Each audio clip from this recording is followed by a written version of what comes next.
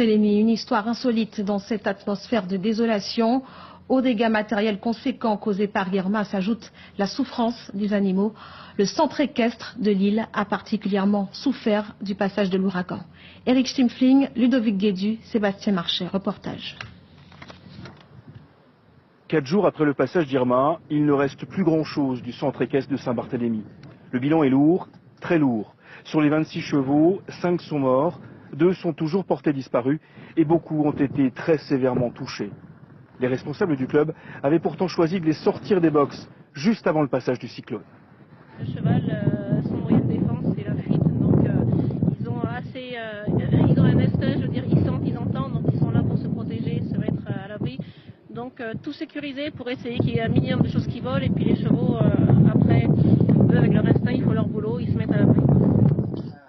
Ce matin, Benjamin Kaiser, le vétérinaire de Lille, est venu s'occuper des chevaux blessés. Certains présentent des plaies profondes. Trop choqués, ils ne réagissent même plus aux manipulations.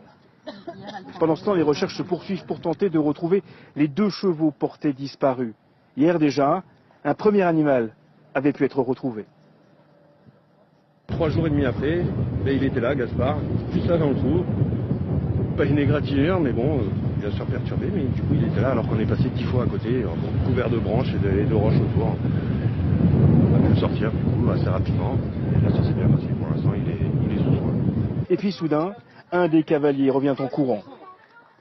Vous avez trouvé quoi? 2 chevaux. Dans quel état? Un qui est mort et un qui a l'air de pas avoir grand chose, mais on peut rien dire. Très vite, les secours s'organisent. Les 2 chevaux ont effectivement été retrouvés au pied d'une falaise. Le premier est mort, le second est bien vivant. Reste maintenant à le sortir de là. Véritable miraculé, Adonis ne présente absolument aucune blessure, juste une grande, très grande soif. Ce soir, après plusieurs heures d'efforts, le cheval a pu rejoindre son box, sain et sauf.